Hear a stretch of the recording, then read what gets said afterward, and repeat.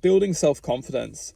Self-confidence comes with a sense of, well, it comes with a lot, but to start, it starts with knowing that things will get better, 100%. And that's belief. So knowing that things, it just categorizes under belief. So when we start to believe, that's the truth of part one. It's belief. Learning to have self-confidence or build self-confidence, build self-character, build individuality, connect to the true self, whatever you want to call it, it all starts under believing. Because it's the belief which actually acts as the heart, the opening, the believing. Because anything that is stopping us from believing is essentially what's pushing us down in the first place. So all we're really doing is learning to believe. That's it.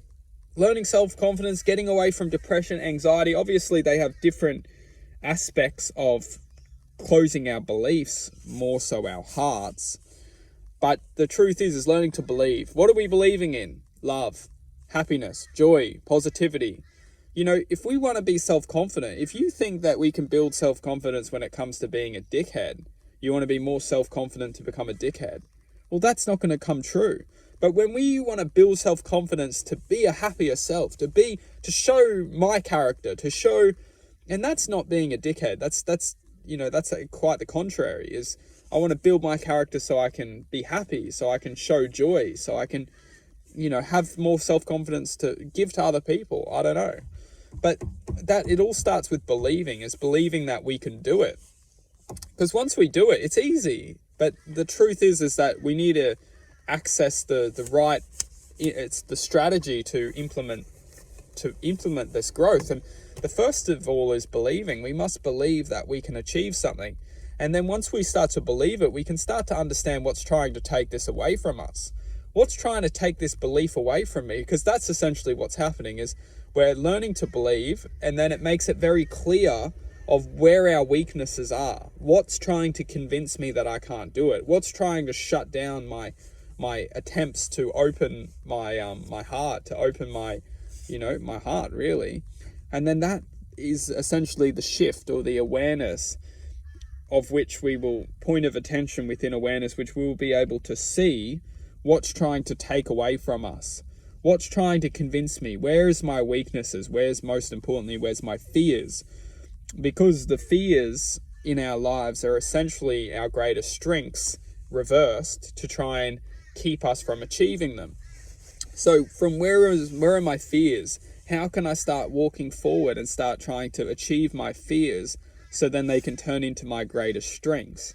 This is actually the calculation to become extremely successful, because when we start to walk towards our fears, we understand that the fears are our greatest strengths in life. And essentially the fear is only creating this paranormal awareness within us, which is essentially creating a deflection to our true self, which is then able to turn back on the true self and try and convince the true self that it can't achieve what it's meant to achieve. So the fears are essentially so crucial to becoming self-empowering, because the fears will always reflect against the true self, like, you can't do this, you can't, because of fear. It all comes back to fear, really. And then when we start fearing, we start, stressing, because we just become contaminated with doubt. But really, it's really, really, really, really simple. We must believe. And then when we start to believe, we can start to examine what's trying to close our beliefs, what's trying to tell us that we can't. When we start to bring this field of energy, we essentially shine a spotlight on the thoughts which are trying to take away from us from this belief. Or as soon as we get the spotlight on, we start to examine, okay, this is our weaknesses, this is our weaknesses, implement a strategy how to get rid of those weaknesses. But at the end of the day, it all comes down to choice. Everyone can tell you anything, but it's your choice. It's our choice to set up the self-discipline and the self-fight to walk our own road and to fight our own demons in our heads, because the demons are only our greatest strengths in disguise. Disguising the evil which lives in this world doesn't want us to come into our greatest self. So they know us truly well. It's almost like they have the head start on our life.